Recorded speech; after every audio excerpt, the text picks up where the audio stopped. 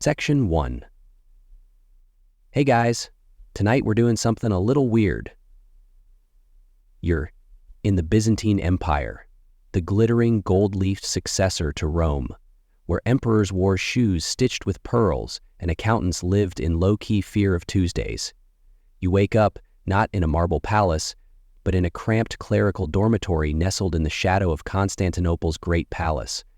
The room smells like ink, old parchment, and a suspiciously fishy breakfast.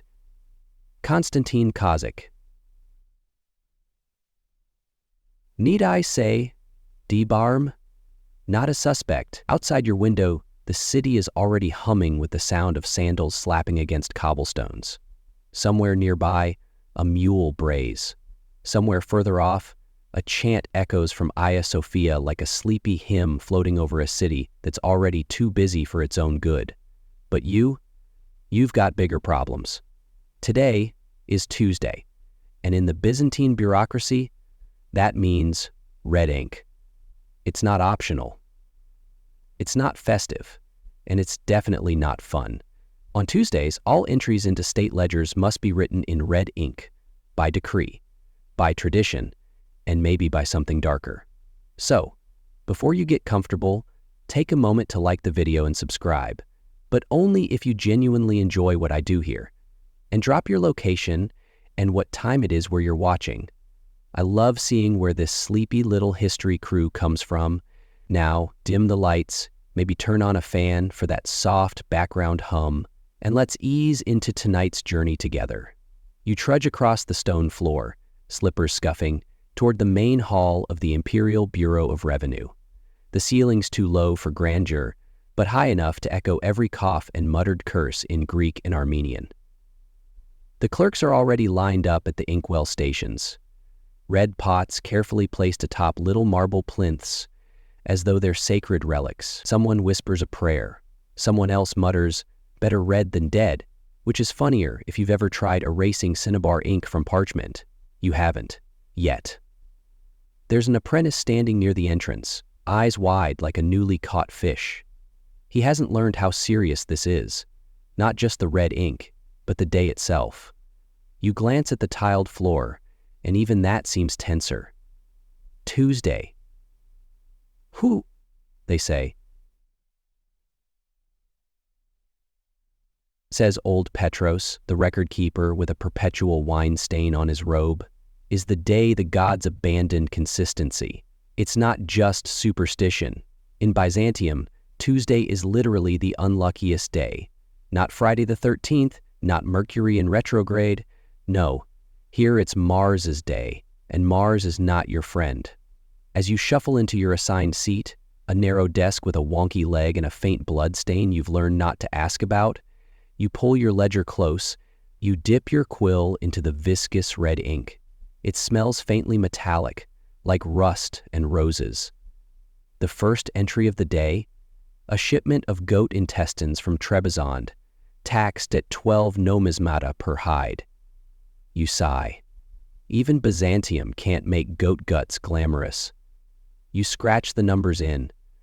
The red ink doesn't just sit on the parchment. It bites into it, like it's eager to stain deeper than surface level. It's a vivid, angry red, the kind that makes everything feel like it's written in warning. And that's the point. Red was used for emperors' signatures, for divine annotations, and for marking anything that might invite death or debt. On Tuesdays, everything becomes serious enough to warrant red, even goat guts. You glance at the sand timer by your desk. It's already halfway gone.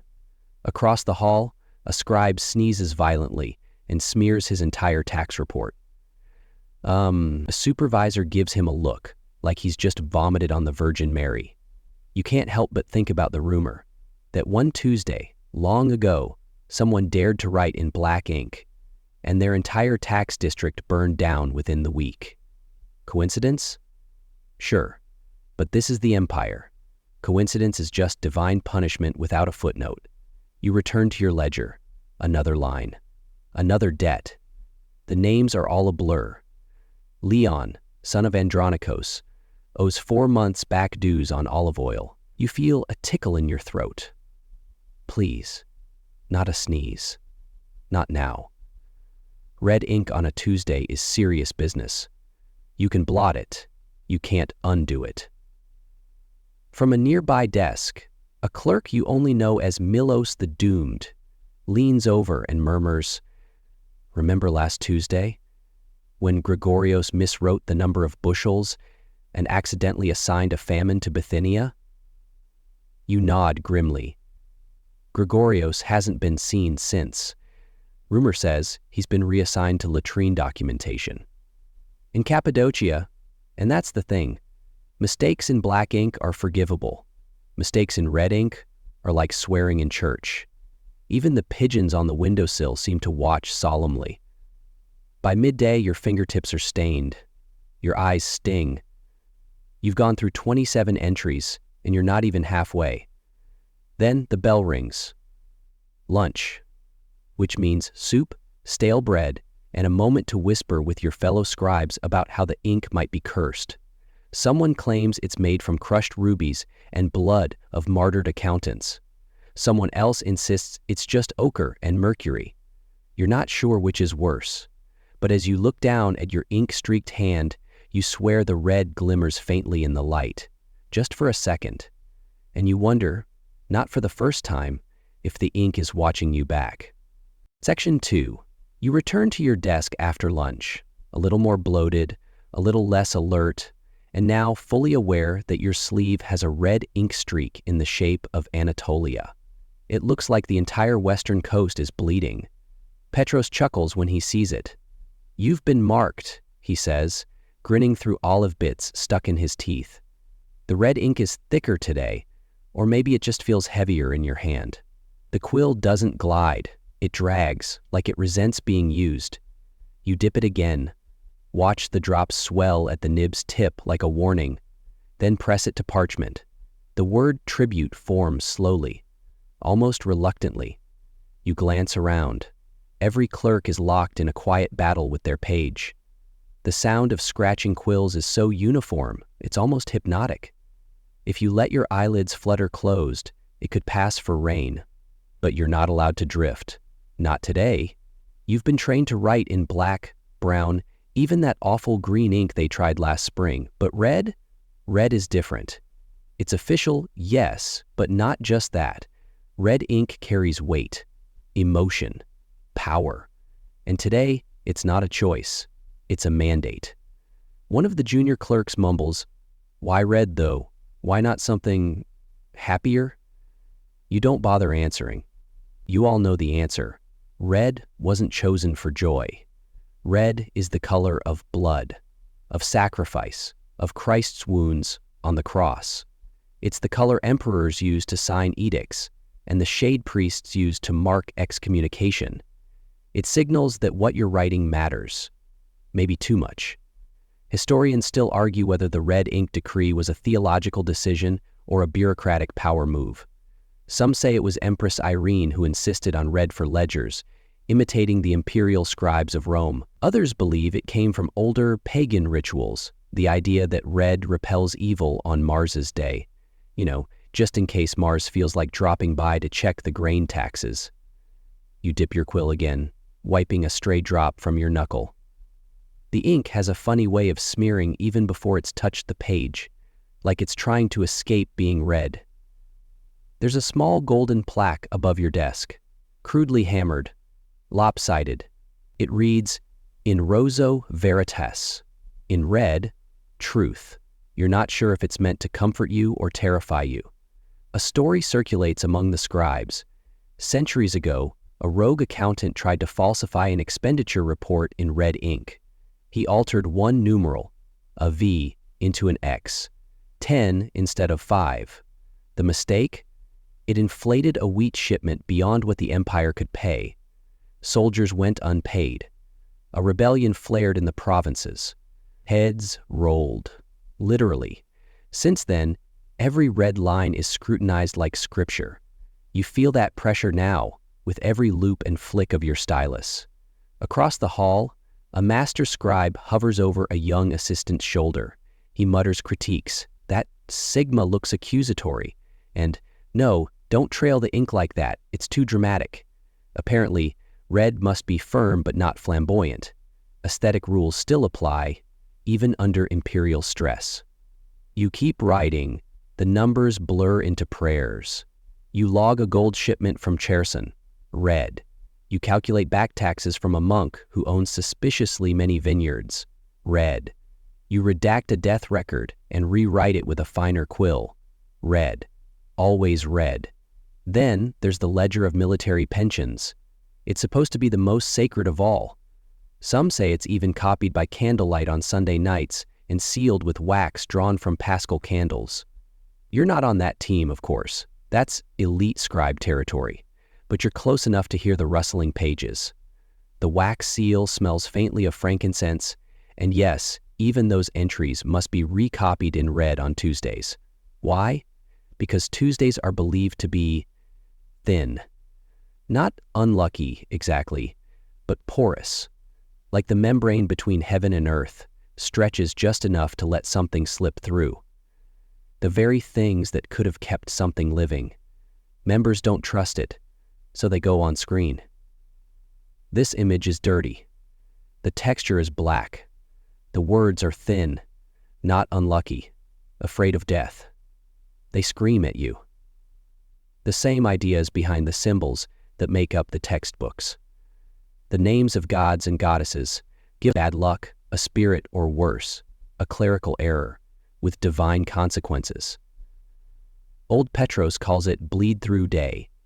He insists there's a reason the red is required, not for humans, but for the record-keeping angels. They only read red on Tuesdays, he says, tapping his nose twice for dramatic effect. Another clerk snorts. Well then, I hope they've got good patience. I ran out of crimson halfway through the tribute scroll and had to finish with that faded terracotta junk. You suppress a chuckle. Red ink shortages aren't just inconvenient, they're scandalous. One year, the city nearly rioted when the dye shipments from Pontus got held up by pirates. No red ink for 3 Tuesdays. A near catastrophe. The treasury had to issue a scroll saying that, temporarily, magenta could count. Magenta. An imperial embarrassment. You stretch your hands. The cramp is setting in early. Red ink seems to demand more from your fingers, like it takes longer to dry, longer to write, longer to forget. You spot the apprentice again. He's chewing his lip, squinting at a document with so much red on it it looks like a battlefield report. You remember that feeling. The pressure, the sweat, how every line in red feels like it might summon judgment from some bearded official 3 floors above, or from God himself. And yet, amid all this tension, there's something beautiful. The pages gleam. The ink, slightly metallic, reflects candlelight in a way that black never does. It catches your eye like rubies on silk. Maybe that's why they keep doing it. The tradition, the color, the fear. It makes even boring tax records feel sacred. The afternoon light fades, casting reddish hues across the floor. You're nearing the end of today's assignments. It's a day when facing ridiculousness, and you feel at home, safe enough. There's a living room in the downstairs powder room, and beyond it, there's a living room that fades into the background, like blood in the downstairs. It's a tint that fades into the film. It's a tint that fades into the film. You're nearing the end of today's just 3 more entries, then a verification seal, all in red, of course. You exhale, and for the first time all day, your hand doesn't shake. The ink flows smoothly, the numbers behave.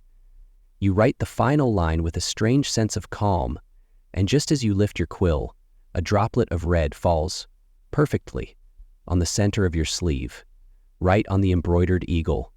Just your luck. Section 3. By the time you're wiping red ink from your sleeve, with the subtle panic of someone trying to look nonchalant about staining imperial livery, the sun has fully dipped behind the upper galleries of the palace. Shadows stretch long across the bureau floor, and the echo of sandaled footsteps grows hollow in the corridors. You're not alone, but you might as well be. On Tuesdays, Even the light seems more suspicious. You glance sideways and catch Petros flipping his ink pot 3 times before sealing it. Superstition. Or ritual. Same thing in Byzantium. Better safe than cursed, he mutters, then coughs into his elbow and adds, especially on Mars's day. Ah yes, Mars's day. You feel that phrase settle in your gut like a stone in lentil soup. Tuesday, the 3rd day of the week, known in Greek as Triti, meaning the 3rd. Which feels innocent enough until someone reminds you that the Third Crusade began on a Tuesday and that Constantinople was sacked, brutally, on a Tuesday in 1204. Historians still argue whether that's coincidence or providence. But Byzantines didn't take chances, especially not the clerks. Mars, god of war and professional ruiner of afternoons, lends his name to Tuesday in many languages. Pontisori, Kianin, Anti-Tatuzan. In Greek, the day carries a shadowed reputation. There's a long-standing belief that Mars's influence lingers more heavily on this day. War, discord, ambition, spilled blood. And in a city so obsessed with signs and omens, you don't tempt a day already wearing its helmet. Even your co-worker, Eleni, refuses to wear red on any day except Tuesday. Her logic?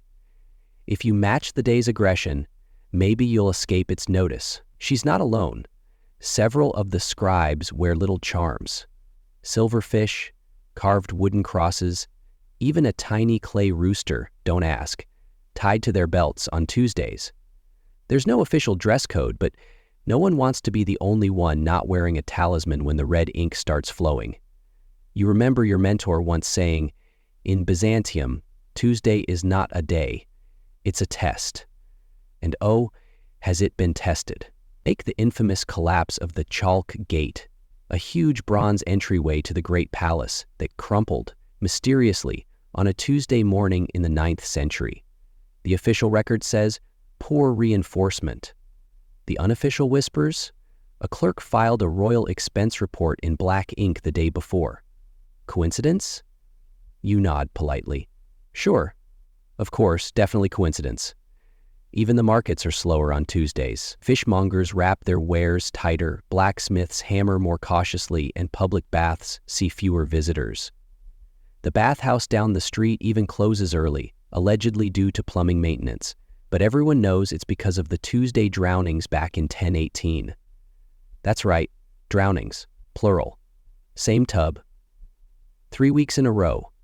You once tried to argue the logic behind it all. Asked whether anyone had proof Mars cared about tax ledgers. The look you received from your fellow clerks could have curdled goat's milk. So now, you just follow the rules. Red ink, steady hand, no jokes about the god of war. Ever. The room grows quieter. One of the junior scribes begins muttering a psalm under his breath while drawing up customs fees. You think it's Psalm 90, the one about refuge under the wings of the Almighty. It's also the one favored by soldiers before battle. Makes sense. Red ink Tuesdays do feel a bit like combat. You stretch your spine. It pops, loudly. Eleni flinches like you just summoned a demon. Don't crack bones on Mars Day, she hisses. It opens something. You don't ask what. You just return to the ledger. The next entry? A requisition for saddle repair from the eastern provinces. You copy the text carefully. The ink pools a little too heavily on the chi.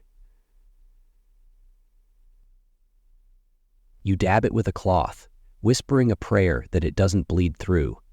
You've seen red ink seep through 3 layers before, like it wanted to reach the desk beneath.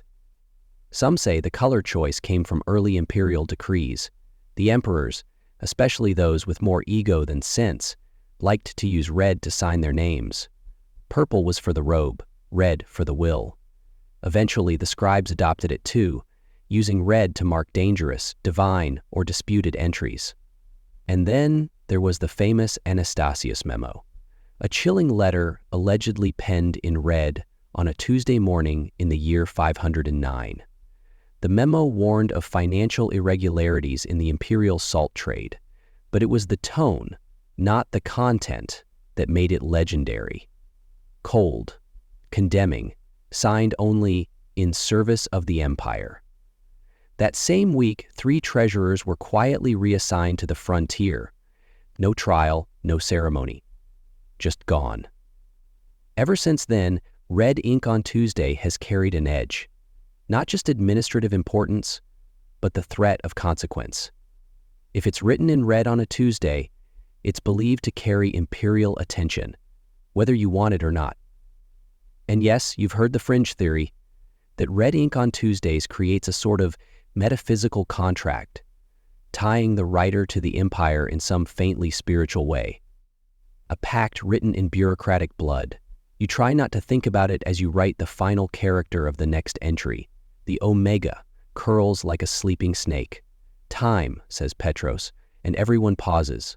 Quills lifted, fingers flexed. The red ink pots are recapped, sealed with beeswax, and returned to the guarded cabinet by the door. There's only enough red ink for Tuesdays. On other days, it's strictly locked away. You lean back and examine your page. 12 entries, 14 annotations. No smudges, no streaks. One weird-looking sigma, but nothing worth invoking divine wrath. The candle beside you flickers. For a second, you imagine the flame burning a little redder than usual. Outside, a bell tolls 5 times. The shift is over. As you stand, your joints creak like parchment binding. You gather your tools, your documents, and your very stained sleeve. One last look at the red ink, still glimmering, still watching, still lurking, awaiting its next blast of light. Section 4. You file out of the scriptorium in a slow, uneven line, like a procession of half-deflated saints. Every scribe carrying their ledgers with the reverence usually reserved for relics or fragile egos. The corridor smells faintly of candle wax, damp limestone, and just a hint of garlic. Your back aches in 4 specific places. Your fingers feel like they've been hexed. And you're not even done. There's still the evening review. You and your group enter the side chamber of fiscal rectitude. Yes, that's its real name, where documents are double-checked, signatures compared, and calculations recited like liturgy. You take your seat next to Milos the Doomed, who has somehow managed to get red ink on his forehead again. He doesn't notice. You don't mention it. While the overseer drones about numerals and dates, you pass the time listening to the familiar rhythm of scribal chatter. Most of it's about errors, other people's, of course, but then the real stories start. "Oh, you should have seen what happened to Alexios last week," Eleni whispers to your left. "He wrote the wrong seal code on a monastery donation on a Tuesday. Took 3 deacons and a goat to sort it out." You nod. These things happen, but only on Tuesdays. Someone else leans in. "You know the one about the ink pot that exploded?" "Yes," 3 people say in unison. Still, he tells it anyway. Clerk opens it. Pop. Red on the walls, on the ceiling, on the bishop's robe. They had to reconsecrate the entire room. You don't believe it. Not entirely. But then again, you've seen a lot in this job. And every Tuesday adds another layer to the mythos. Like that time you watched a scribe named Nestor try to write a routine shipment invoice. Standard livestock levy from the Arminiac theme. But halfway through, his quill broke, the ink spattered, and the parchment caught fire. Not a big fire, mind you, just a flicker. Enough to singe the document and give him the nickname Ash-Hoofed Nestor. Was it the ink? The day? Faulty parchment? Historians still argue whether Byzantine inks had volatile compounds, especially cinnabar-based reds. Some formulas included mercury sulfide, which can react oddly when exposed to heat or sunlight. But exploding ink pots? Maybe. Maybe not. Then there's the theory of intentional error. Some scholars claim that scribes would deliberately make a single tiny mistake in red ink each Tuesday as a warning, as if perfection might tempt the gods to smite you. But a humble blunder? That's how you fly under the radar. You've considered it yourself. A malformed theta, a missing accent, a half-hearted flourish. Just enough to say, look, O Mars, I am but a flawed accountant. Go smite someone else. Back in the review chamber, Petros is arguing about the placement of a seal on an inheritance form. The overseer insists it should sit 2 finger wimps below the signature. Petros swears it was 3 last week. That's because last Tuesday was a saint's day, says Eleni, rolling her eyes. It offsets the margin. You sip something that claims to be tea, though it tastes like someone boiled bark and declared it holy. Another clerk sets down a mug filled with something darker. Proto-coffee, he says proudly. The monks over at Staudio's have been roasting beans again. You sniff it. It smells like burnt dirt and regret, but you drink it anyway. Tuesday caffeine is almost medicinal. Funny thing is, the Byzantines didn't call it coffee yet. Some say it came from Arabia, others from Ethiopia, still debated in academia. But whatever it is, it keeps you upright in a room full of red-stained paper and petty arguments. Your mind drifts as the review continues. You think about how red has always carried weight in this empire. Red shoes for emperors, red embroidery for elite eunuchs, red ink for, well, you, the lowly foot soldiers of the imperial economy. And you wonder, did the ink itself carry some charge? Was it the color, the formula, or just the collective belief? You glance at your ledger. The ink lines shimmer slightly in the candlelight. Still damp, still faintly metallic. You tap your fingernail against the parchment. It makes a tiny tick, like a heartbeat. The overseer calls your name. You stand, walk your ledger up, and present it. He examines it in silence, eyes narrowed. He sniffs once, a sign of displeasure, or allergies, impossible to tell. Then he nods. Acceptable. You almost bow with relief. Next, you retreat to your bench and exhale deeply. Milos the Doomed nudges you with an elbow. I spelled Macedonia with 3 sigmas today, he says. They didn't even notice. You both laugh, quietly, the laughter of people who know that they live in a system where ink color might determine their eternal fate. After the reviews are finished, you're dismissed into the corridor. The moon is peeking over the Hagia Sophia's dome. The streets of Constantinople are quieter now, the chaos of the marketplace hushed under the soft glow of oil lamps. As you walk toward your quarters, you pass a wall etched with graffiti. Some scribe from long ago carved it, just above eye level. Red rules, red remembers, red remains. You pause, then trace it lightly with your red-stained finger. And suddenly, you remember a clerk who once claimed that every drop of red ink is recorded somewhere, not in the ledgers, but in the divine accounts. He might have been joking. But then again, you're not sure he was wrong. Section 5. The next Tuesday arrives with a predictably foul temper. The wind howls through the narrow alleys of Constantinople like it has an agenda, tugging at cloaks and slapping shutters. You wake before dawn with a headache that feels vaguely accusatory. The candle at your bedside guttered out in the night, leaving a faint scorch mark on the shelf and a thin trail of wax like a tear down the wall. A metaphor? Maybe. Or maybe just Tuesday. You dress quickly, half tempted to turn your tunic inside out as a charm, an old trick you heard once from a Thracian clerk who swore it made him invisible to bad luck. He also claimed to talk to cats, so you take that with a spoonful of salt. At the scriptorium, the red ink pots are already out, arranged on the central table like ceremonial idols. You try not to read too much into it, but there's something deeply theatrical about the whole setup. The velvet cloth beneath the pots, the solemn wax seal sliced open like a sacrament, and the way everyone watches the ink shimmer before anyone dares touch it. "Here we go again," Milos mutters, dipping his quill with the weary resolve of a man about to wrestle a kraken. Today's tasks are different.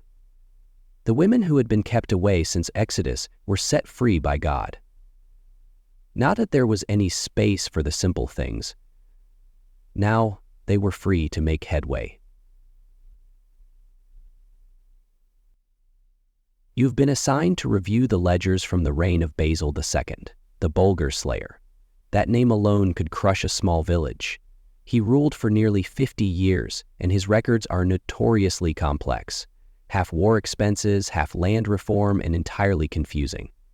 You open a scroll titled Inventory of Fiscal Keys and Storage Locks, Year of Our Lord 1014. Catchy. Somewhere halfway down the parchment is the entry you've heard whispered about in legend, the day Basil misplaced the treasury keys. It sounds ridiculous, an emperor losing keys like a distracted innkeeper. But the consequences were anything but minor. Treasury access was delayed, payments to the Anatolian cavalry postponed, panic ensued, and the worst part? It happened on a Tuesday. Historians still argue whether Basil actually lost the keys, or whether a certain eunuch scribe may have misfiled them as a subtle protest against overwork. One fringe theory even suggests the keys were never physical at all, just a metaphor for control over imperial wealth, and that the whole debacle was a political play staged to justify Basil's reforms. That one usually gets you laughed out of symposiums. But on Tuesdays, who's to say? You run your fingers over the red marginalia someone added to the scroll centuries ago. Let no error be excused on Mars's day. Chilling, but sort of catchy. The ink used for that note is darker than modern batches. Older formula. More iron? Possibly some cinnabar. You've read stories of those early inks, how they were so caustic they could eat through parchment over time. Accounts from the era mention red letters turning brittle, flaking off like dried blood after decades. Some say it's poetic justice. As you begin copying the entry, line by painstaking line, you notice a strange pattern. Each mention of the missing keys is underscored, twice, but only on the Tuesday entries. No other day carries this mark. Coincidence?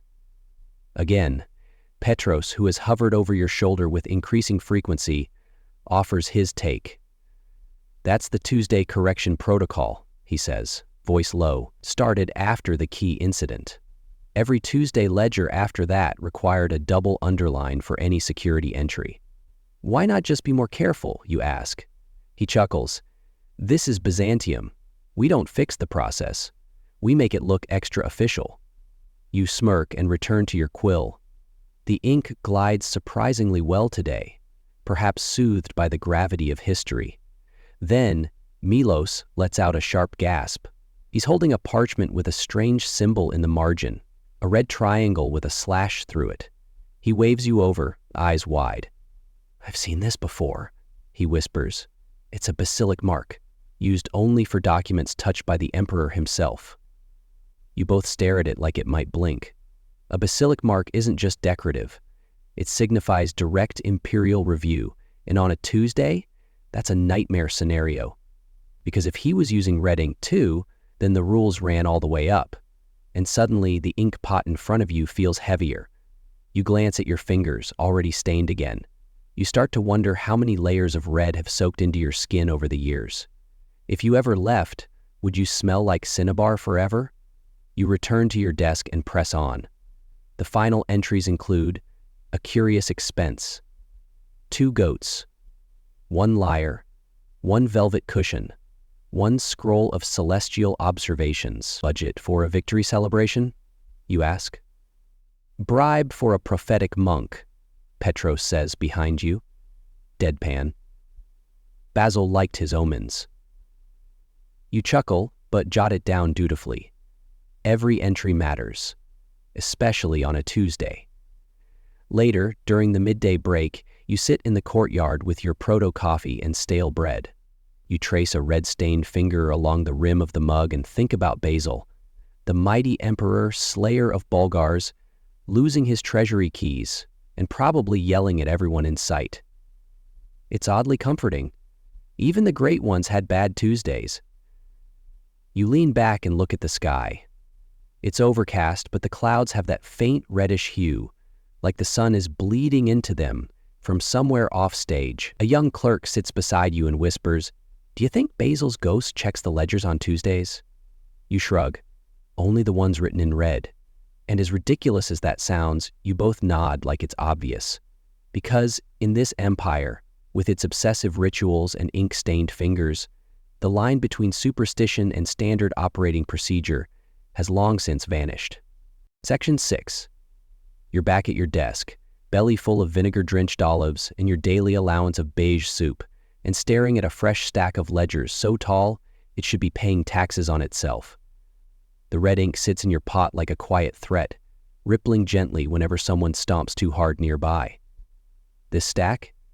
It's from the Office of Military Appropriations, a delightfully cheery department that once tried to requisition 3 camels for a snow campaign in the Caucasus. Camels, in the snow. You open the first ledger. Immediately, you're struck by the sheer amount of red ink. Not just headers or footnotes, but entire entries drowned in crimson script, like someone tried to write a war epic on a single page. You squint closer. These aren't just expense lists. They're death tallies. One page lists the names of defectors. Another outlines unpaid pensions, canceled due to seditious conduct.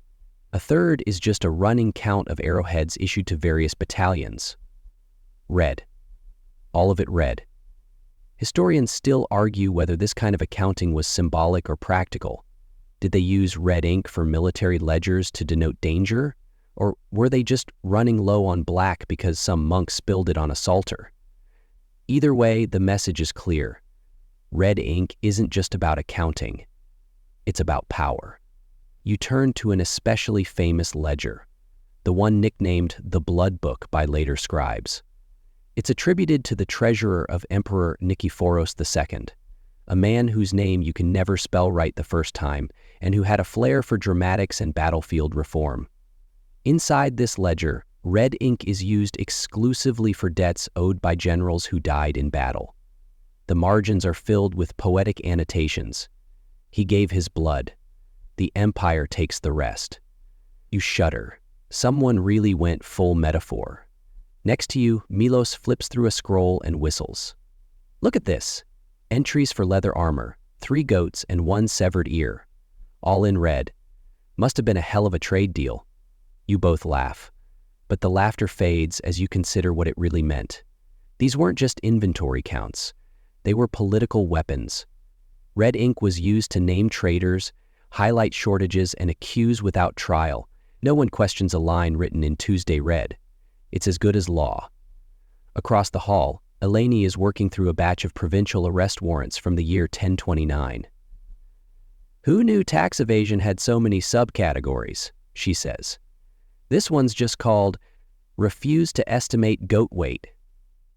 She holds up the scroll. The name is written in sharp red slashes, like the scribe was in a hurry or angry. You recognize the style. That's from the era of the Crimson Reform, you say, trying to sound impressive. The what? You smile. This is one of your favorite fringe theories. There's this idea, you begin, that under Constantine VIII, the ink policy became more theatrical. They started using red for dramatic flair.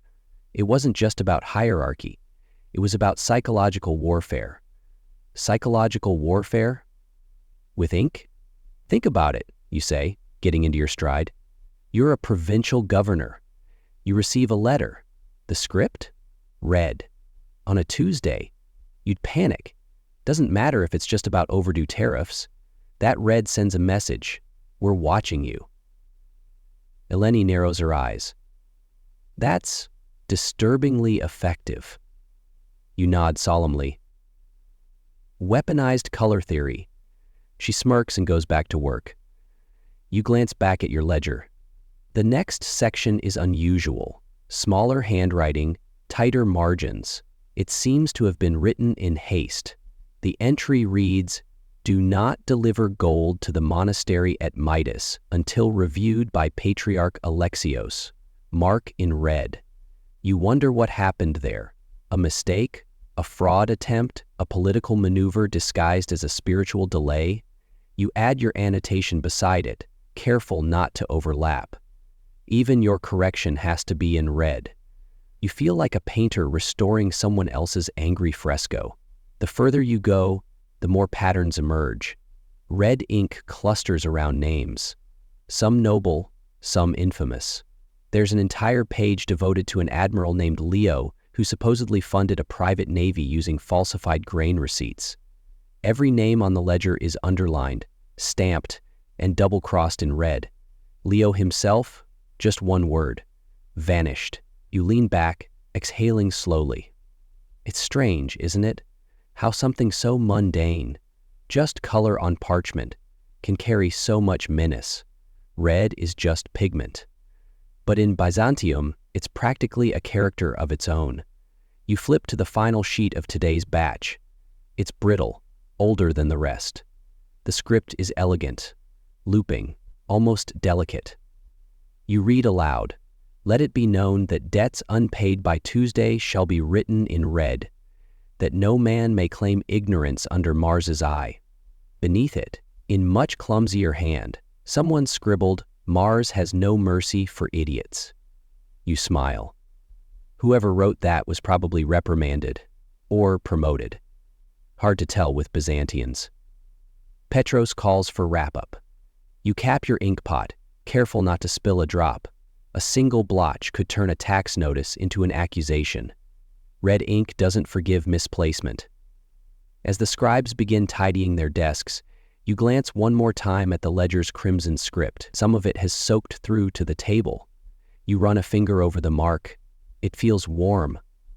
Maybe that's in your head. Or maybe, as Petros likes to say, the empire never forgets. Especially on Tuesdays. Section 7. The bell for Vespers tolls softly in the distance, and with it comes a hush that settles over the bureau like a velvet curtain. But there's no time for prayers just yet. You've been summoned to the chapel annex, not for confession, thankfully, but for bookkeeping. You grab your red ink pot, reluctantly, and follow the narrow corridor that leads out of the scriptorium's main wing and into the converted chapel now used by the Office of Ecclesiastical Revenue. It's a strange place, echoing with contradictory energies, half sacred, half strictly fiscal. As you enter, your sandals scrape against mosaic floors depicting saints whose eyes follow you no matter where you stand. You try not to look directly at them, not while carrying this much bureaucracy in your arms. The chapel, turned tax office, has a very particular smell: beeswax, incense, and old ink. The candlelight flickers against stained glass, throwing colored shadows across the ledgers. And there, nestled beside a disused altar, is your station. A walnut desk stacked with scrolls, and a half-empty jar of dried myrrh used as an improvised paperweight. This is where you'll spend the evening reconciling tithe records. You sigh and sit down. The church has always had a complicated relationship with accounting. On one hand, it condemns greed. On the other, it counts its goats like Caesar's own census takers. You flip open the first scroll and immediately spot it: red ink. Everywhere. Lines drawn through names, annotations in the margins, elaborate crosses scrawled beside monetary values, and most curiously, color-coded sections: black for weekly tithes, blue for ecclesiastical donations, and red for sins paid forward. Yes, that's an actual column. In Greek, of course, but it translates loosely to preemptive atonement via fiscal contribution. You glance around the room, no one's looking. You whisper aloud, "They're charging for sin insurance." Milos appears behind you like a caffeinated ghost. "Oh, you've never done the sin scrolls before." "Apparently not." "Brace yourself," he says, dropping a fresh parchment beside you. "The red ink's the easy part." He's not wrong. These ledgers are labyrinthine. You follow the thread of a single name: Nicomedes, shepherd, minor heretic, and discover a trail of payments, each marked with increasing levels of red. Light rose for accidental blasphemy, deep crimson for repeated offenses, and vermilion for continued public disputes regarding the dual nature of Christ. You're not even sure what that last one means, but it cost him 11 solidi. The church, it turns out, has a robust economy of guilt. Historians still argue whether these red annotations were theological or bureaucratic. Some claim it was the bishop's way of maintaining spiritual hierarchy in the margins of empire. Others suggest the color choice was more mundane, perhaps simply the ink they had available that day. But there's another theory, whispered only after dark, that the red ink in these ecclesiastical ledgers was blessed, not metaphorically, literally, consecrated, infused with holy oil, used not only to record sins, but to seal the punishment. A fringe scholar once suggested that some Byzantine monks believed red ink could trap a soul's misdeeds on the page, binding them to parchment until repentance or fire. That phrase stuck with you. You think about it now as you add a new line, 7 amphorae of wine, redirected from parish funds, no explanation. You mark it in red. The moment the ink touches the page, the air seems heavier. It's probably the incense. Still, you sit up a little straighter. Across from you, another scribe lights a small beeswax candle and murmurs a prayer before copying penitential tallies. You've seen this before. Some clerks don't like touching the sin ledgers without a protective chant. Eleni has a more practical approach. She keeps a sprig of rue in her pocket, claiming it repels ledger demons. You asked once if she was serious. She just raised an eyebrow and said, "I haven't been cursed yet, have I?" You've since started carrying your own sprig, just in case. Back at your desk, you're tracing red lines between dioceses and discovering financial paths more convoluted than a Corinthian knot. Gold meant for orphans redirected to cathedral mosaics, donations rerouted through anonymous benefactors. One priest apparently bought a racehorse in Thessaloniki using funds allocated for candle wax. It's hard to know what's worse, the sin or the creativity. You find a particularly cryptic note, repayment of indulgence, invalidated due to misdated Venus transit. You pause. You squint. You copy it down exactly. This is the beauty and madness of the Byzantine mind, where astronomy, theology, and accountancy meet under stained glass ceilings. The church even developed its own color hierarchy for ledgers. According to one preserved fragment from a bishop's scriptorium, the rules went something like: black equals routine, green equals agricultural surplus, blue equals sacred obligation, red equals divine breach. One entry even uses gold ink, rare and expensive. The line? Donation from the emperor's aunt. No questions. You smirk. That's probably the most honest entry you've seen all day. Petrus wanders in, sipping something steaming. Careful with the red, he says, gesturing at your desk. Once you use it in a church scroll, the scribes down the line can't change it, not without a special exemption. And if they do?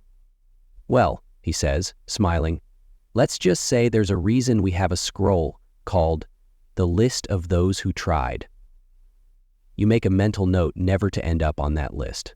As you wrap up the final scroll, you apply the seal. A gentle press of warm wax, then the imprint of the chapel accountancy ring. You blow on it lightly, watching the red ink shimmer around the edges. It's beautiful, in a way. Sacred text, sacred stain. You close the ledger and whisper something. Not quite a prayer, not quite a curse, just enough to feel like you're covering your bases. And then you return to the scriptorium, red on your hands, rue in your pocket, and the quiet certainty that somewhere, a long-dead bishop is watching your margins. Section 8. It's the Tuesday of all Tuesdays, humid, sticky, and smelling faintly of spoiled figs in the scriptorium's west corner. You walk in, sleeves already rolled, because you've been assigned to the Supply Division archives, a dungeon of lost invoices, duplicated records, and budget plans written entirely in passive-aggressive shorthand. The head archivist greets you with the enthusiasm of a damp sponge. He gestures toward an intimidating stack of curled scrolls and mutters, "Papyrus records, year 921. Have fun." You do not have fun. These are the scrolls from the year of the Great Ink Shortage, an event few modern historians mention, but which every longtime Byzantine scribe references with the reverence usually reserved for martyrdom. You gingerly lift a scroll from the top of the pile. It's brittle, yellowed, and smells like regret. The ink, not red, not even brown. It's pinkish. You frown. That's never a good sign. You unravel more. Some are orange, some reddish-purple. A few have what looks like dried beet juice smeared across them in an obvious act of desperation. You have found the emergency substitutes. The year 921 was, as the scribes recorded, a logistical embarrassment of alchemical proportion. The empire's red ink supply, specifically the high-grade cinnabar-based pigment imported from Pontus, ran dangerously low. Pirates, plague, or palace intrigue? No one's quite sure. Historians still argue whether the shortage was caused by trade blockades or a series of suspiciously timed accidental fires at dye workshops. Either way, red ink was gone, and it just so happened to occur during Lent, meaning lots of sin, lots of atonement, very little pigment. You find a scroll titled Provisional Pigment Policy, Tuesday edition. It is a masterpiece of bureaucratic panic. It reads, "Due to the current scarcity of true red ink, scribes are instructed to use substitute hues as available. Prioritized hierarchy shall be ox blood, if unmixed, pomegranate reduction, boil thrice, wine, sediment extract, fortified, age, berry mash, diluted, beets, only as last resort. Yes, beets." You find examples of each. One scroll is marked Sophia's Berry Ledger, clearly written in something that's gone moldy over time. The pigment's faded to a grimy brown, and the writing smells faintly of summer compost. A note scrawled at the top reads, "Do not eat this ink." You hold the scroll at arm's length. Petros appears beside you, practically glowing with nostalgia. "Ah, the great shortage. I was just a novice then." The panic was magnificent. Did anyone actually try to use beet ink? Oh, dozens. The pages warped, the smell was awful, and it attracted goats. You blink. "Yes," he nods solemnly. "Goats chewed through an entire batch of tax scrolls, ate the records right off the parchment. We had to fabricate an entire province's census from memory." You consider asking more, but realize you'd rather preserve the mystery. The most infamous tale from the ink shortage was the pomegranate disaster of Nicaea. Apparently, a well-meaning monk attempted to standardize pomegranate juice as the new imperial red. He boiled vats of the stuff, strained the seeds, and convinced half the scribes in the region to adopt it. Unfortunately, it oxidized overnight and turned everything into unreadable brown sludge.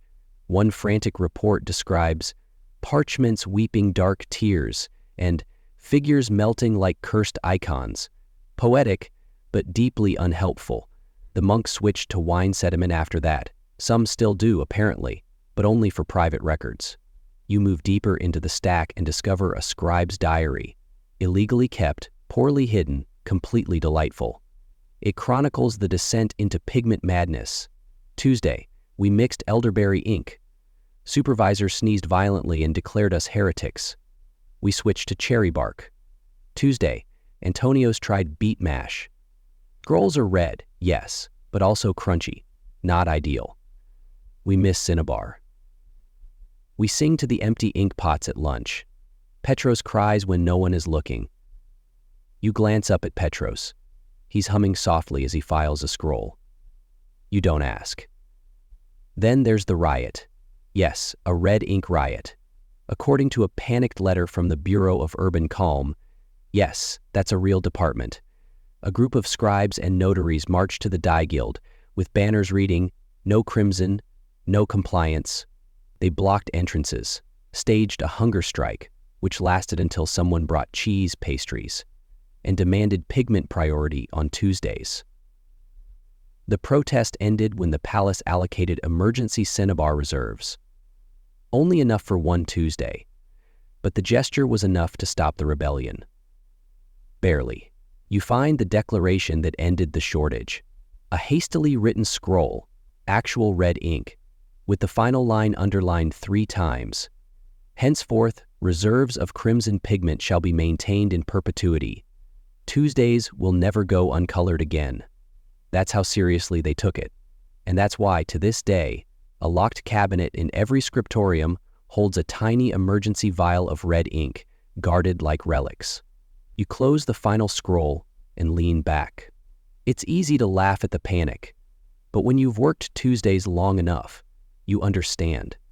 Red ink wasn't just protocol, it was stability, it was habit. And when you're writing the empire into existence, habit matters. Outside the archive room, the sun is fading again. The shadows lengthen. The candles flicker. You wash your hands. The beet ink left a faint tint. You scrub harder. Back at your desk, the proper red ink is flowing again, smooth, obedient, fragrant with iron and ritual. You dip your quill. Whisper thanks to no one in particular, and write the first word of your next ledger. Section 9. You're almost late. There was a delay at the East Gate, something about a mule blocking traffic and a magistrate demanding compensation for a sandal ruined in the incident. You didn't ask questions, you just sprinted, scroll case in one hand, ink pot in the other, cloak flapping behind you like a forgotten banner. Now you're breathless, ink-splotched, and barely composed as you push open the side entrance to the Privy Notarium, the most elite and tightly guarded scriptorium in the entire empire. Inside, everything is quiet, suspiciously quiet. You slow your steps. The room is a contrast to the scriptoriums you know. No clutter, no chatter, no sardonic muttering about goat taxes. Just long, polished desks, evenly spaced, and red silk curtains drawn against the morning sun. And in the center, a figure in crimson gloves. That would be the imperial notary, known simply as the Hand. No one really uses his given name, if he still has one. He's the emperor's personal scribe, the man whose quill signs edicts, silences dissent, and adds footnotes to fate. And his gloves? Permanently stained red. Not metaphorically. Literally. Rumor says he never removes them, not even when bathing. Others say he hasn't bathed since the Battle of Clydion. Either way, the man wears those gloves with the solemnity of a priest and the style of a warlock. He raises a finger, gloved of course, and gestures for you to approach. You step forward, carefully placing the scroll from the urban tax office onto his desk. Your hands tremble slightly. It's not fear. Exactly. It's more like standing too close to a lightning rod. He inspects it, nods, once, then dips his own quill, gold-tipped, ebony-shafted, into his personal red ink pot. The ink inside glows faintly, probably cinnabar, possibly blood. Hard to say. He signs the scroll with a single flourish. The script is absurdly elegant, almost theatrical. It doesn't just say approved, it performs it. You've never seen ink move like that. He passes the scroll back without a word. The red gleam seems to shimmer on the parchment, like heat off stone. You clear your throat. "Sir," you whisper, "may I ask, why the gloves?" He stares at you for a long moment, then speaks, voice like parchment tearing. "The ink never leaves." You nod like that clears everything up. You retreat, quietly, carefully, never turning your back. You make it 2 steps before a younger scribe sidles up to you, wide-eyed. "He's been wearing those gloves since the Edict of Theodosius," he whispers. "Rumor says they're dyed with the same batch of red ink used to annul 10 noble titles in one afternoon." You raise an eyebrow. The scribe nods solemnly. That ink was so potent, the smell alone made a bishop faint. You resist the urge to sniff the air. Back at your assigned desk, a temporary one because you're just visiting today, you begin your own work. You've been granted access to the Royal Dispensations Register, a collection of documents so sensitive they're sealed in beeswax and kept under lock and prayer. The first scroll is a letter from Empress Zoe, written entirely in red ink.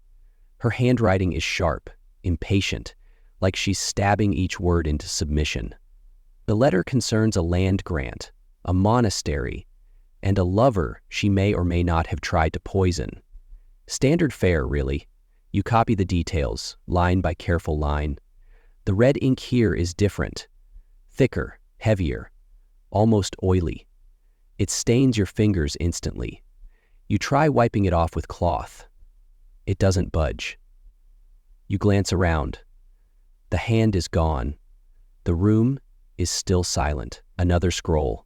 This one from Constantine IX, issuing a pardon for a general who accidentally burned down his own barracks.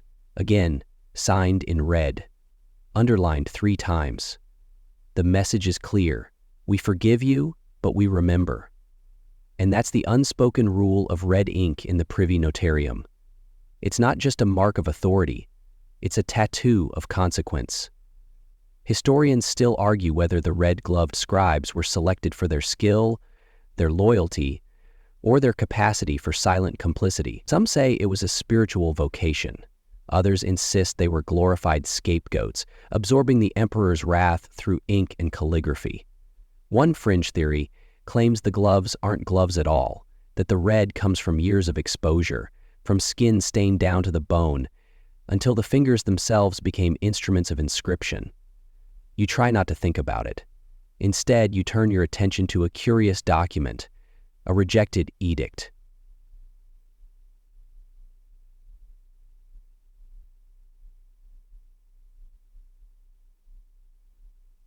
Edicts that had previously been rejected. Documents that were deemed too sacred to be destroyed. There was general alarm about the declaration down to the bone, until the fingers themselves became instruments of inscription. You trained to sort out your terror and your terror. This was the first finger to be rejected. Demands warrant in the Declaration of Independence were not it's rare to see one preserved, but here it is. An order to raise taxes on wine merchants in Silesia, stamped with a single diagonal slash of red across the front. That's the mark of annulment. Why was it rejected? No reason listed. Just the red line. Final. Irrefutable. You imagine the ink drying on that day, maybe on a Tuesday. Maybe someone made the decision with a sigh, a shake of the head, and a flick of the imperial wrist. Red speaks when silence fails, you murmur to yourself. You finish your transcription, stretch your ink-stained fingers, and begin cleaning your desk. As you do, you notice a faint pattern on the tabletop. A ghost of old ink spills, forming what looks like a map. Islands of stain, rivers of crimson blotting, a history hidden in smudges. And on the far corner of the desk, barely visible, a name etched into the wood. Just 3 words. The ink remembers. You pause, then pack up your tools. As you step out into the corridor, a gloved hand reaches from a nearby alcove and hands you a sealed scroll. No name, no explanation, just a small emblem, a red quill crossed with a candle flame. You accept it with a nod. Back outside, the air feels different, charged, like the city is watching. You clutch the scroll tight. Tomorrow is Wednesday, but the red ink still lingers. Section 10. The next Tuesday arrives like an overdue debt. You know it the moment you wake back there.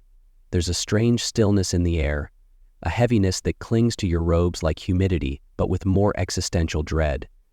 You dress quickly and reach for your standard-issue ink pot when a page arrives at your door. You've been summoned, he says breathlessly, by her. No further explanation needed. You smooth your tunic and whisper a prayer to whichever saint handles bureaucratic floundering. Then follow the page through the winding corridors of the women's quarters, toward a part of the palace rarely visited by scribes. And there she is, Theodora. Not empress at this moment, at least not officially, but this is her palace, her rules, her red ink.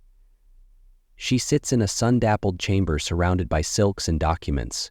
In equal measure, she's wrapped in a robe of burgundy and gold, holding a stylus with the air of a woman who could weaponize calligraphy if it came to it.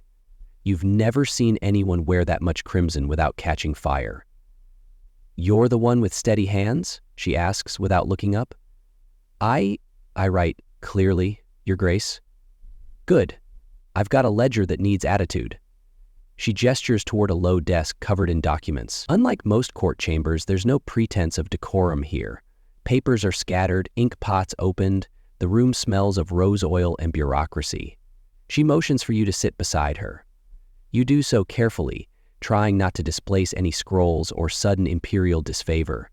Theodora begins sifting through the documents, her long fingers stained at the tips with dried red ink. I don't trust most of the palace scribes, she says. They write what they think I want to hear. I want someone who writes what I say, even if it sounds mad. Understood. She hands you the first scroll. It's a list of provincial governors with notes beside each name. Lazy, too clean, secretly building statues of himself, all written in red. You glance up. These are official evaluations? Call them preemptive edits. You nod and begin copying. The red ink here is unusually rich, not the standard cinnabar. You risk asking, this formula? It smells different. She grins. Cochineal and oxblood. Imported. Scandalous, apparently. I like it. You keep writing. Theodora leans over and adds her own notes as you work. Mark him with a double line and add a sigil, something that says, I'm watching, but make it elegant. She's not joking. You realize that Theodora has elevated red ink to an art form. She doesn't use it just for emphasis. She uses it like a conductor uses music. Lines swell, slash, curl. Margins bristle with controlled chaos. It's a performance. And you're now her accompanist. She launches into a tale about an earlier Tuesday, back when she was still co-ruler with Zoe, where she rewrote an entire tax code in red overnight because the men had made it ugly. She gestures toward one of the documents. See this section? Numbers. Dull. Fix it. You hesitate. Fix how? Make it speak. Make the red glow.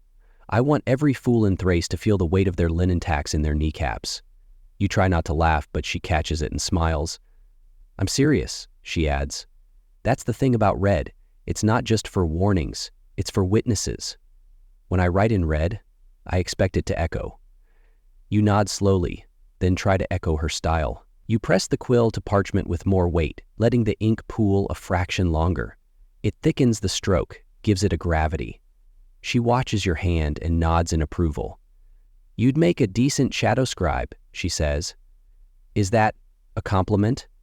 Only if you survive it. There's a pause.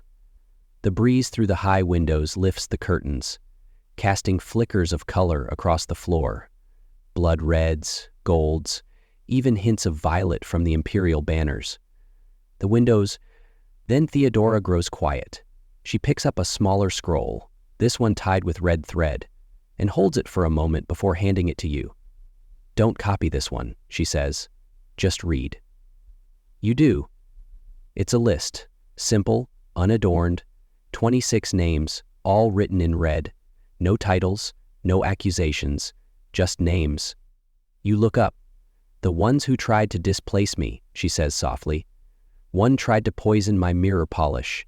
One rewrote my edicts on a Monday to avoid the Tuesday ink. I keep the list close. You carefully place the scroll back where it was. You see, she says. Red ink isn't just tradition, it's memory.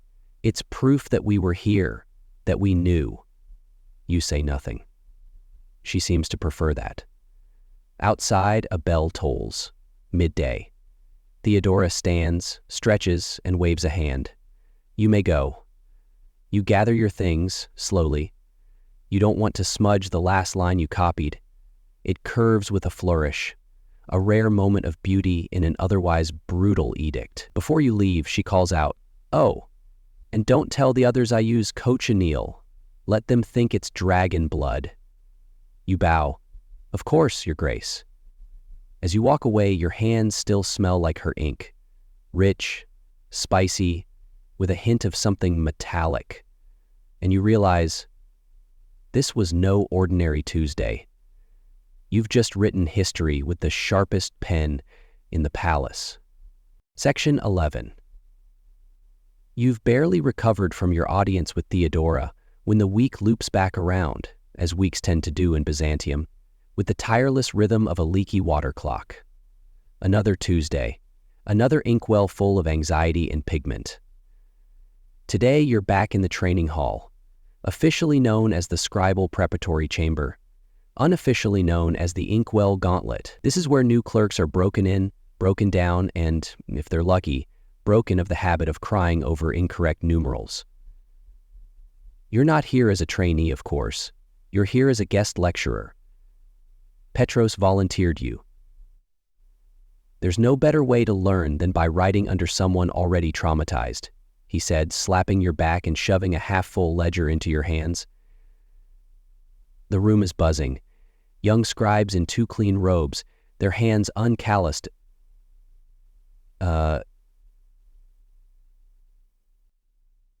Their faces suspiciously hopeful. It's both charming and vaguely enraging. You take a seat at the head table, where an instructor hands you the day's teaching scroll. Today's lesson? Tuesday Red and the Margins of Madness. Excellent. You begin by explaining the basics: how red ink is stored, how it's mixed, why it's sealed behind a cabinet with 3 keys and a wax seal shaped like a lion having indigestion. The students nod, wide-eyed. Then comes the hard part. You point to the phrase written across the chalkboard in sprawling red script. Every mark in red becomes memory. Repeat it, you say. They do, in unison. It's unnerving. Then you give them their assignment, a fictional tax scroll for a fictional province with very real expectations. It must be written entirely in red ink, with appropriate formatting, respectful margins, and absolutely no embellishments. This isn't calligraphy class. This is survival. They get to work, quills scratching like 1,000 soft mice on a cheese hunt. About 10 minutes in, the first blot happens. A young man with shaking fingers accidentally smears a line across the name Gregoris, son of Gregoris. Yes, that's a common problem. Too many Gregorises. The red streak looks like a papal excommunication rendered in ink. He goes pale. Do I start over? You nod. Solemnly. There's no erasing Tuesday. Somewhere across the room, a woman gasps as her inkpot tips. A bright splash of crimson arcs across her parchment, splattering the sentence, 5 goats, transferred via sea route, into what now reads like a violent maritime goat rebellion. You resist the urge to applaud. Then there's the astrology chart. Yes, the scribes have those too. You didn't include it in the lesson, but a senior student pulls it out anyway, spreading the vellum across her desk and muttering about planetary alignments.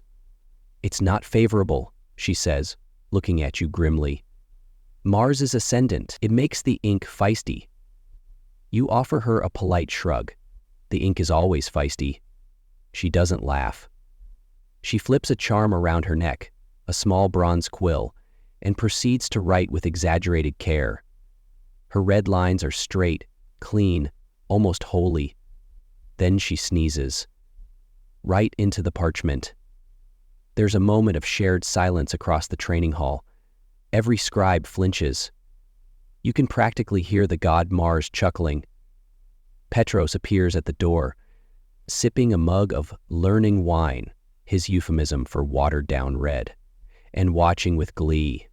Still the best part of the week, he says, watching them wrestle the ink.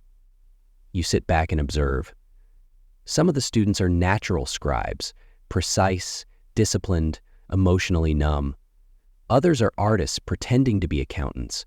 Their scrolls brim with curlicues, whimsical numerals, and the occasional sketch of a goat in the margin. One scroll even features a tiny Byzantine ship doodled beneath the tariff list. It's adorable. It's also completely forbidden. You gently confiscate it, muttering, "Save it for Sunday," and hand them a blank scroll. Then, of course, comes the ritual hazing. You didn't plan on participating, but tradition is tradition. An assistant brings in the astrology dice, 3 carved cubes covered in Greek letters. planetary symbols, and terrifying little phrases like Venus weeps and Saturn glares. Each student must roll the dice before finalizing their scroll. The result determines their finishing line, either a seal of approval or a doom-laden annotation in the corner, like under Mars's shadow, or blessed but inaccurate. It's nonsense, obviously, but deeply respected nonsense. You once saw a senior scribe break into tears after rolling Mercury drunk. His scroll was returned unread. The new clerks take it seriously. They mutter protective verses. They roll with closed eyes. One tries to swap dice with his neighbor, is caught, and forced to write his name backwards in red for the rest of the week. Petros claps, and then it's time for the critique. Each scroll is read aloud, judged on legibility, margin obedience, emotional neutrality, and ink discipline. One student's entry is flawless, until you notice that they wrote Tuesday as Thursday at the top. Their peers gasp. The instructor faints theatrically. You declare the scroll null, and it is ceremonially burned in the courtyard firepot with 3 drops of actual red ink as an offering. That's the rule. If you misspell Tuesday in red, it gets unmade. No exceptions. The session ends with mixed results. 4 drenched disasters, 1 student insisting their ink is haunted, and 1 mysterious glyph appearing at the bottom of a ledger no one remembers writing. You pack your things. The students bow. One hands you a tiny packet of dried rue for Tuesday resilience. You accept it with a nod. It's touching in a vaguely ominous way. As you walk out, Petros pats your shoulder. Well done. You've traumatized them just enough. Enough for what? For promotion. You both laugh. A low, knowing laugh. Because in Byzantium, being good at red ink means being ready for anything. Tax audits, heresies, or an outbreak of goat rebellions. And it all starts here. In a classroom filled with sweaty palms, twitching quills, and the unspoken truth every scribe must learn. Red ink teaches. Red ink tests. Red ink remembers. Section 12. You're back in your usual corner of the scriptorium. Sleeves rolled, elbows inked, posture ruined, when Petros slaps a sealed scroll down in front of you with an expression that says, "This one's going to end poorly, but it'll be educational." "Double-check this," he says. "It came through the provincial courier with Tuesday ink. But," he lowers his voice, "somebody's been playing fast and loose with the calendar." Your eyebrows lift. Forgery? On a Tuesday ledger? That's not just risky, it's reckless in a way that makes clerks go mysteriously missing and their ledgers found years later repurposed as shoe liners. You break the wax seal and unroll the parchment. At first glance, it seems routine. Tax intake from the port of Heraclea. Salt, olive oil, some questionable fish tariffs. All standard Tuesday red. But something's wrong. You squint. The script is too smooth, the red ink too bright, too fresh. And the date? Ah, there it is. Marked as Tuesday, but you know for a fact that week began with a lunar festival. That shifts the day. That day was a Wednesday. You look around. No one else seems to notice the incoming wave of scandal cresting in your hands. Forged Tuesday ink is the cardinal sin of Byzantine bureaucracy. Not because the math doesn't add up, but because the symbolism does. Tuesday ink carries power. It legitimizes, it commands attention, and in the wrong hands, it deceives. You bring the scroll to Petros. He skims it, expression darkening like storm clouds over the Bosphorus. "Someone tried to reroute port taxes," he mutters, marking a Wednesday as Tuesday, to pass it through unnoticed. "Through what?" "Through oversight," he says, tapping a line of ornate red script. Tuesday inked entries skip triple review. It's tradition. Makes people nervous. He sits down heavily. "This isn't sloppy. It's surgical." The implications settle between you like wet parchment. Someone's laundering revenue through a weekday loophole, and they're using the sacred red ink of Mars's day to do it. You flip the scroll back over and study the handwriting. Familiar, elegant, but trying too hard to look unimpressive. Someone's trying to slip in a cornier sign. The nod makes it seem as if you expect it. You stand with your back to it. But you don't put your hand on the screen again. This piece might be not too hard to look unimpressive. Lightly he moves, but trying too hard to look unimpressive.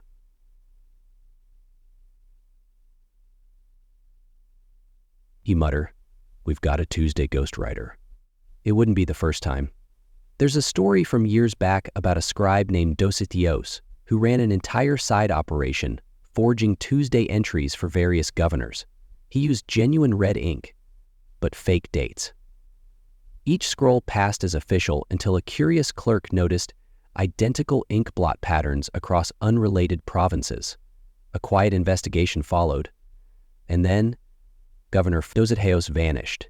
His ink pot was found floating in a basin, still sealed. Historians still argue whether he fled, was exiled, or simply became part of the archives in a more paper-based sense. You bring the Heraclea scroll to Eleni.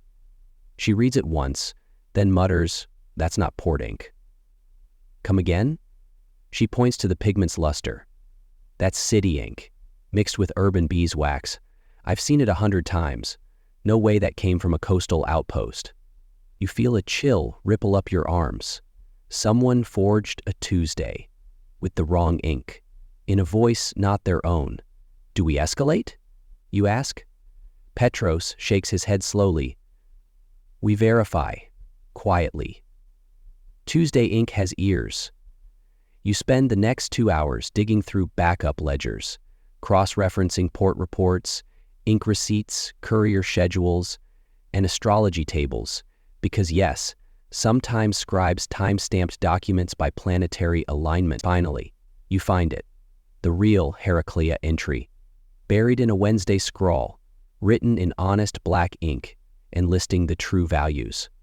They're lower, much lower. Someone padded the Tuesday numbers, inflated them, and passed it off under the red veil of inviolability. "Who gains?" Eleni whispers. You frown. "Whoever's laundering surplus." "This isn't theft. It's redirection. Someone's funding something off books." A quiet voice joins in. "Troop movement?" You all turn. It's Milos, holding a tattered ledger and sipping his cursed barley tea. He taps the Heraclea scroll.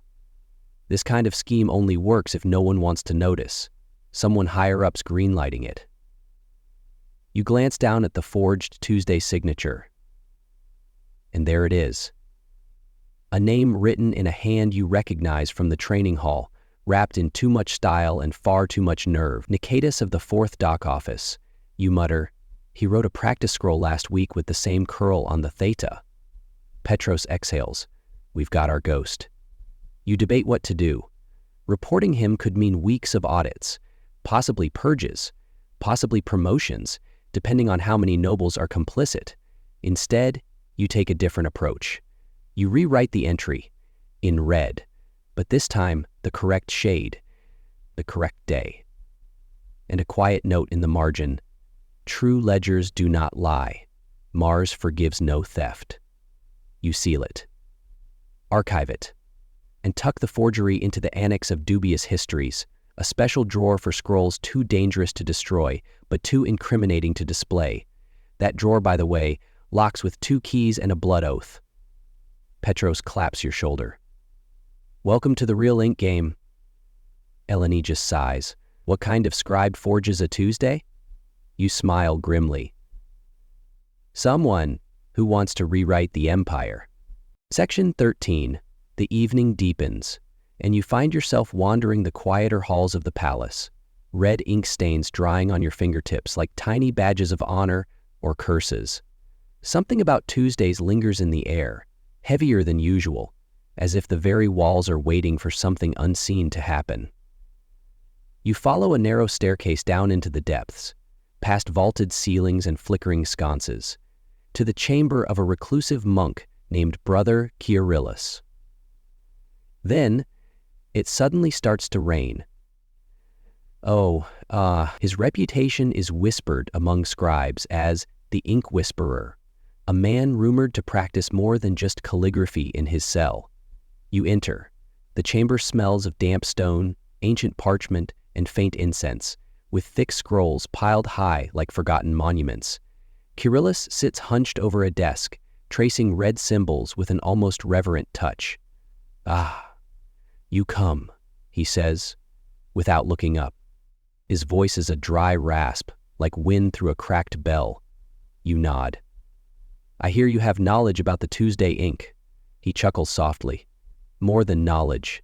The ink is alive in a way." "Alive?" you ask, blinking.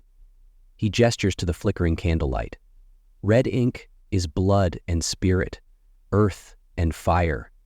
It carries intention beyond words. When used on Tuesday, Mars's day, it serves as a ward or a summons. You watch him dip a quill into a pot of deep red ink, then draw a circle surrounded by tiny runes on a scrap of parchment. The ink glows faintly, as if pulsing with a heartbeat. "Some say Tuesday ink traps spirits," he whispers.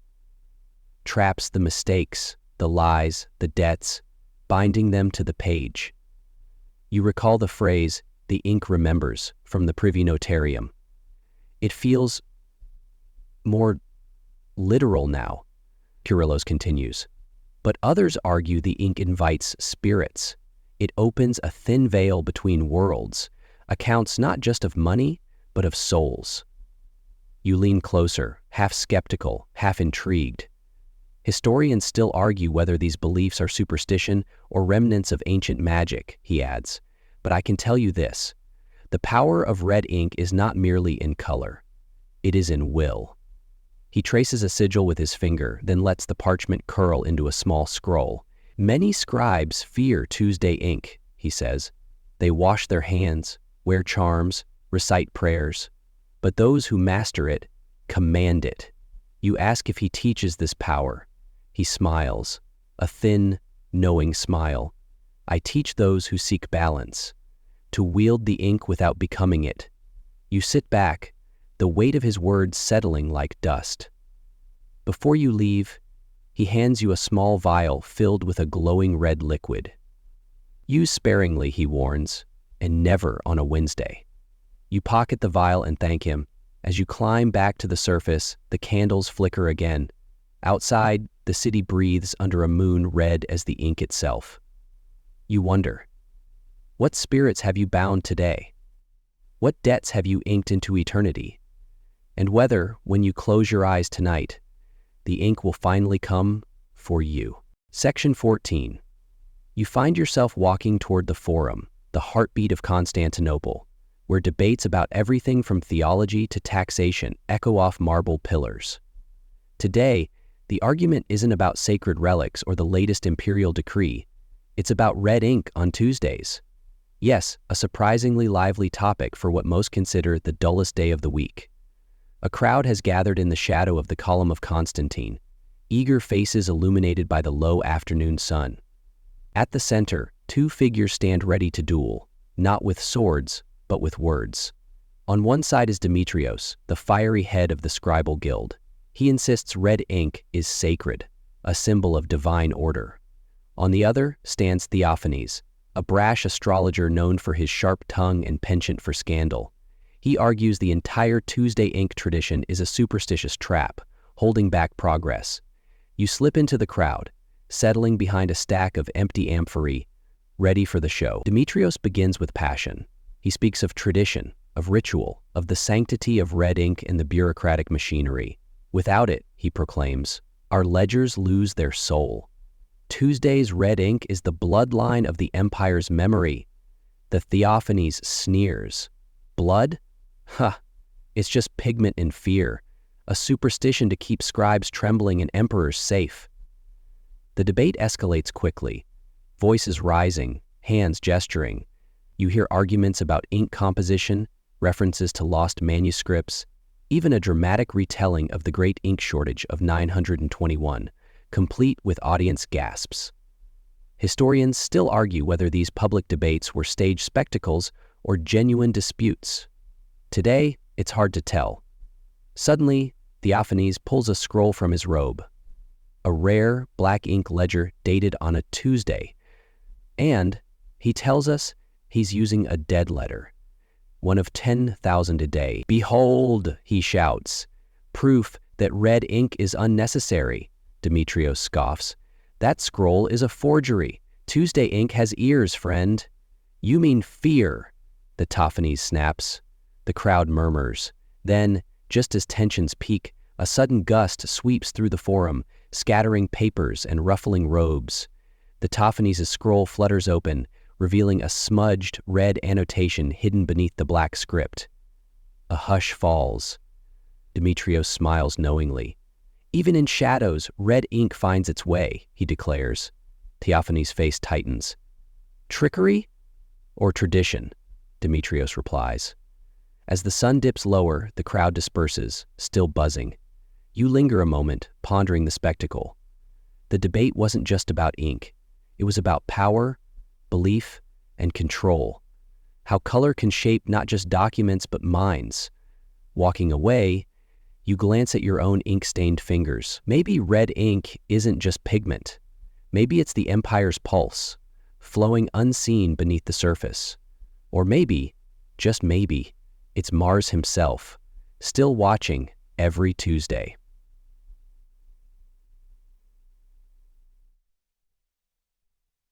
Section 15.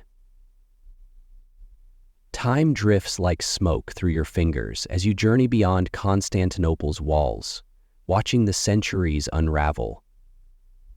The red ink habit you've come to know so well is no longer confined to palace scribes or clerics.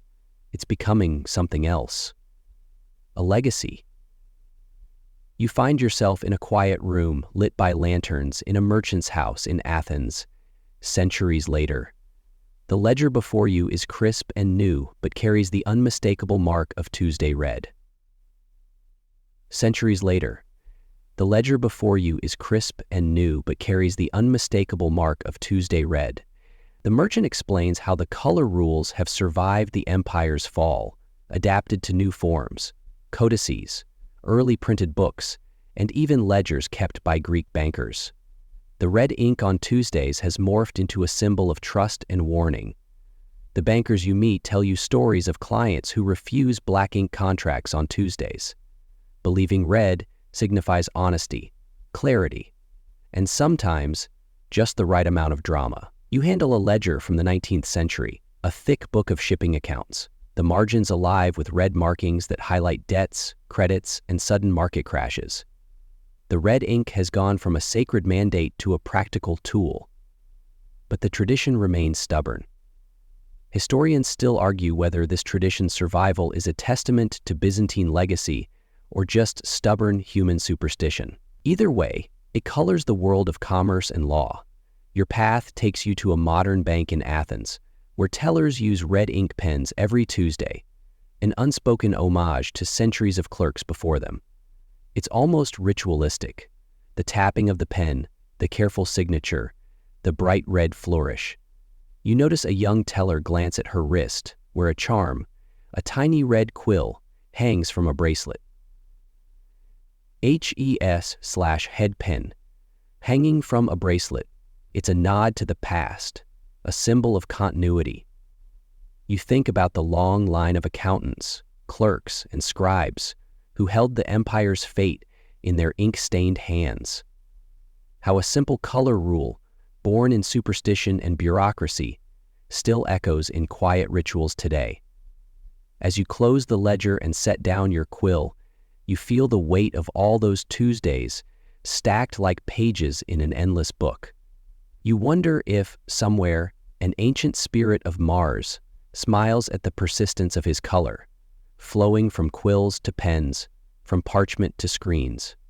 And maybe, just maybe, the red ink will keep writing stories long after you're gone. Section 16. You're back at your desk once more, the final Tuesday in this long line of ink and shadow. The candle burns low, its soft flicker casting warm light on your hands, stained again with that unmistakable red. You feel the familiar ache of tired fingers and the weight of countless ledgers, each a small story etched in crimson. Tonight, there's no rush, no urgent scrawls, just the quiet company of fading embers and the gentle scratch of quill on parchment.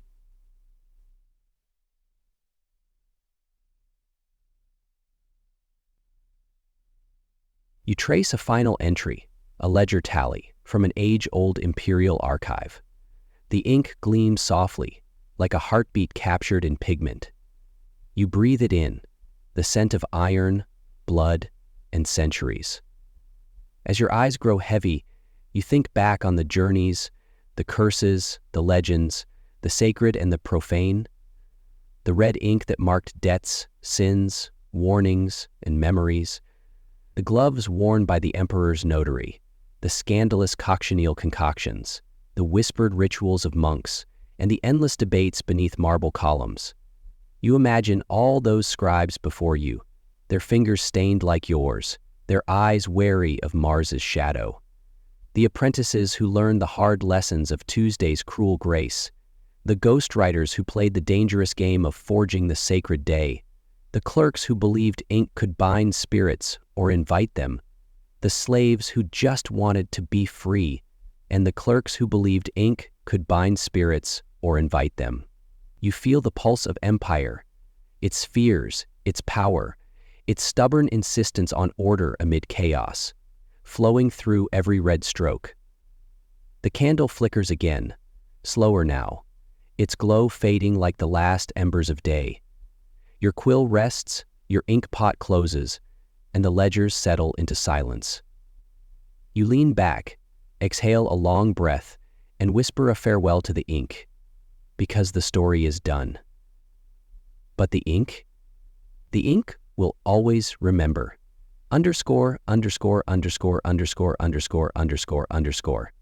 Underscore, underscore, underscore, underscore, underscore, underscore, underscore, underscore, underscore, underscore.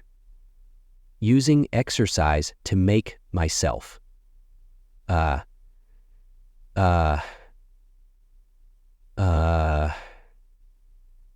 Now, slow your breathing. Feel the calm wash over you, soft and steady like a gentle tide.